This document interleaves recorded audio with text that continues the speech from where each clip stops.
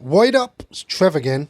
You might have heard my brother and I discussed Pulp Fiction back along, and I mentioned in that I really wanted to watch True Romance again. Now, it's a film that I wasn't overly impressed with when I was younger. There's some great things about it. It's a great script, great characters, great performances. You know, everything on paper says that it should be great, but it's a Tony Scott film, and I'm not the biggest fan of Tony Scott films.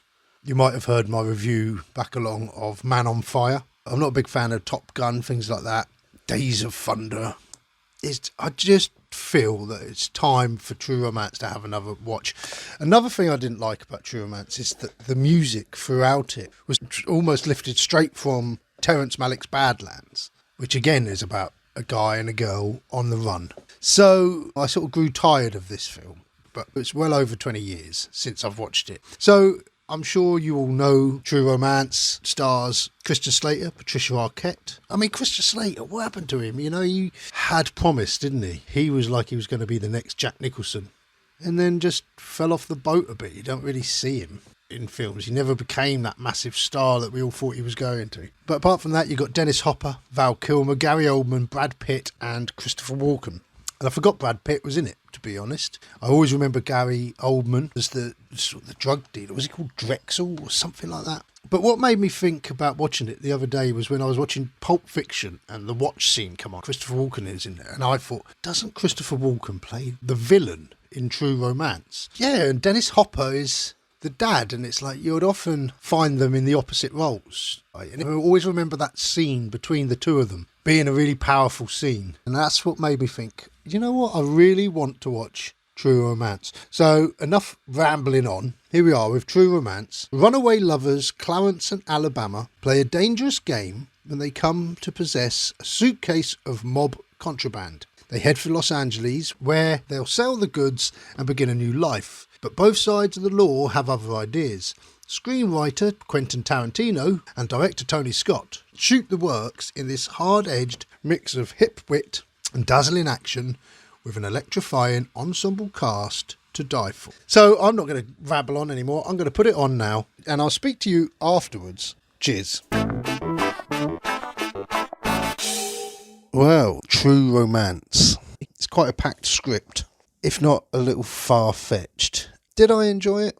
I think for the most part I did. I didn't believe a lot of it. There were certain scenes that I was watching thinking Tarantino directing this film would have done a better job. I mean, Tony Scott, you know, he makes these big, fantastic, action-packed movies that are just popcorn fodder and unbelievable. So it starts off almost as a typical Tarantino film. Christian Slater giving a typical Tarantino speech all about a certain Elvis film, and he's practically talking to a Marilyn Monroe lookalike in a bar as well. So it's cool dialogue, cool music, real nerdy film chat, and also he's trying to get the girl to come back to watch 3 kung fu movies. So we all know Tarantino loves the kung fu. And in those earlier scenes set in Detroit, and you got Patricia Arquette, her voiceover over some really dreary shots of like a wintry Detroit. It's almost black and white. But the True Romance is that they meet at the cinema. She goes and sits next to him, watches the film. Then they go back and they make love and they fall in love. He takes her back to his store. He's a bit of a lonely nerd and she's a prostitute. It's not a prostitute, an escort. But she has a pimp, Drexel, but she's only been doing it for 3 days, so we can't hold that against her. But she is an unlikely character, really, and so does Clarence. Actually turns out to be a completely unlikely character because he's this sort of nerdy, sensitive type. But then as the film goes on, he just does things that I suppose love is blind and guides him, but it just doesn't seem believable that he's like, no, I'm going to go to Drexel and sort of stand up to him. And I think Slater, I've said before, he's like a young Jack Nicholson, but in this one, there's certain bits where he was almost like a young Jason Bateman crossed with Corey Feldman. And then Alabama, you know, she's good looking. She wears some sexy clothes, sort of an idealised version of a woman from the aspect of a sex-starved teenager almost. But the script certainly feels like a good Tarantino script. It's layered with some great characters and it does twists and turns throughout the story. Drexel is a really good character. Gary Oldman gives a good performance as him. The makeup is good. You know, he looks really creepy. He's got his glass eye and his scarred up face. Thinks he's a black man. He's got his dreads. And, you know, and in the opening scenes with Drexel, you see Samuel L. Jackson in there. And now this is True Romance 93, so it's the following year that he's going to sort of hit the gold mine with Pulp Fiction. And in this, he just sort of comes in and basically gets shot up straight away. There's a lot of young actors in this. Brad Pitt turns up as the roommate to Michael Rappaport, who plays Clarence's best mate, Dick. Brad Pitt is this stoner, a smaller role, just plays this stoner for comic effect. So anyway, Clarence, he wants to rescue Alabama from Drexel, so he turns up, and it's ridiculous. He turns up with an empty envelope and says, "This is how much I'll pay for her." And you just think that he's in a room full of gangsters. He wouldn't be that confident and cocky, and then they beat him up a bit, and it's similar to the scene later on when James Gandolfini is beating up Alabama, and you think they'd just shoot them. Surely they'd just shoot them. But they're always given the extra chance to just sort of drag a fight out even more and then escape. But there is some great performances throughout. But my favourites, as I've mentioned sort of in the intro, is the scene between Clarence's dad, played by Dennis Hopper, and Christopher Walken, who plays the mafia head. It's not surprising that the scene stood out. It's a great scene, but Walken just steals the show. You know, in that one scene that he's in, dominates that scene. He's got a real presence to him. He's smiling and he looks affectionately at Hopper as they're discussing things. Dennis Hopper, like I said, he playing the father, and you just sort of feel for him. You feel he's sort of downtrodden. He's fallen on hard times, but he's got good morals. He's a kindly old man, the sort of character you'd usually see Martin Sheen play and not Dennis Hopper. So I think it was great casting to sort of put Hopper in there when, you know, he's usually the villain. And you really feel that when him and Christopher Walken are talking, you can see exactly where it's going. You know the outcome, but at the same time, you're like, oh no, they're actually getting on. It's going to be fine. And you're sort of hoping it's going to be fine. And you almost convince yourself it's going to be fine. And that is all to do with the performances between the two men. You just feel that there's this air of respect between them. But it's not personal, is it? It's all business. Yeah, it's a really great scene and really played well by both sides. It's fantastic. That was the highlight for me.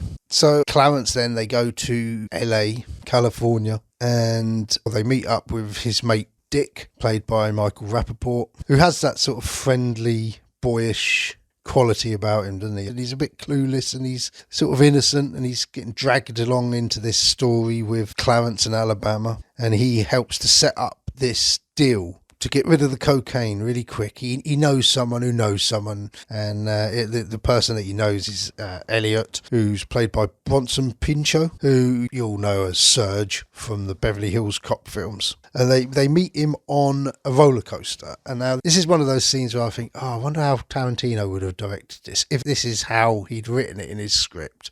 But it's sort of directed like Top Gun by Tony Scott, and the sounds of the roller coaster are really fake, and it almost sounds like jet engines flying, and it's shot really quick, and it's one of those bits that to me stand out like a film. I hate watching a film where I'm reminded it's a film. And another thing in this film that I didn't like was the gunshots sound. They sound like repeated gunshots. It's almost, you can imagine someone playing samples on a keyboard and just pressing the same key over and over. But yeah, we mentioned about Brad Pitt also in this. We see Gandolfini. He looks very young. He's one of Walken's goons. He looks very thin as well. But there's that fight that he has with Patricia Arquette, or it's not a fight, he just beats her up. And it's quite a savage scene. And then he's about to shoot her, and then she just holds up a corkscrew. And then he's like, oh, go, no, actually, yeah, go on, you could have a go at stabbing me. And it's just like, you just shoot her, wouldn't you? It always just gives that opportunity. I just lose myself in action scenes.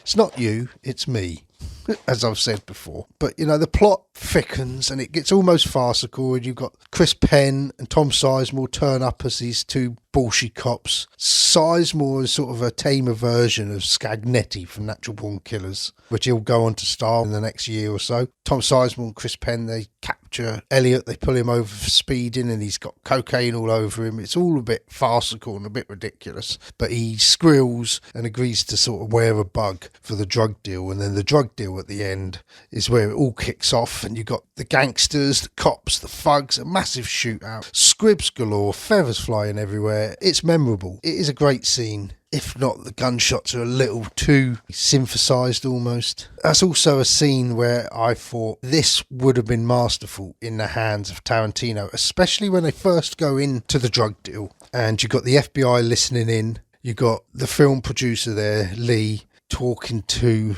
Clarence. They're trying to suss each other out, and he's certainly trying to suss Clarence out, and he wants to know, the true story. It could have been done with so much more tension. There wasn't a lot of tension watching it. It almost feels flat. It's all, I've said it before about Tony Scott. His films do feel a bit paint by numbers. And I think this is one of his better films, but really only because of how great the script is, how the characters are just so colourful. Not believable, they're colourful. There's so much going on, and it's a real high-octane thriller.